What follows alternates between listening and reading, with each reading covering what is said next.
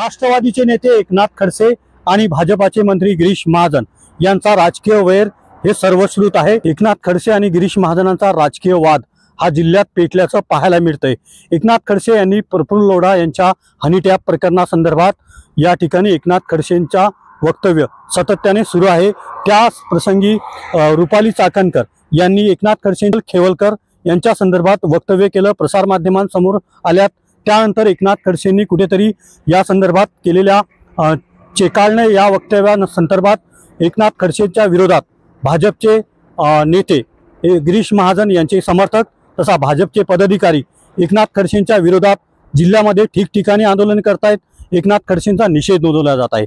तर दुसरीकडे एकनाथ खडसे यांचे समर्थक देखील गिरीश महाजनांच्या विरोधात आंदोलन करतायत आणि हनी टाकून टॅप करत या ठिकाणी निषेध नोंदवला जात आहे।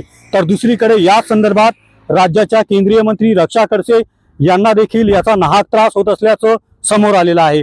एकनाथ खडसे आणि गिरीश महाजनांचा वाद तर रक्षा खडसेंना याच्या होतात वेदना, त्यामुळे जिल्ह्यात राजकीय वातावरण तपल्याचं पाहायला मिळतंय।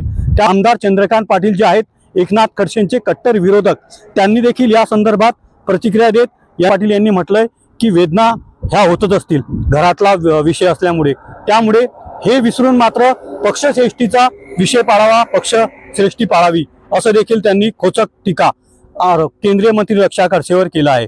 त्यामुळे आता पाहणं हे महत्त्वाचं असणार आहे, जिल्ह्यातील राजकारण पुन्हा पेटणार।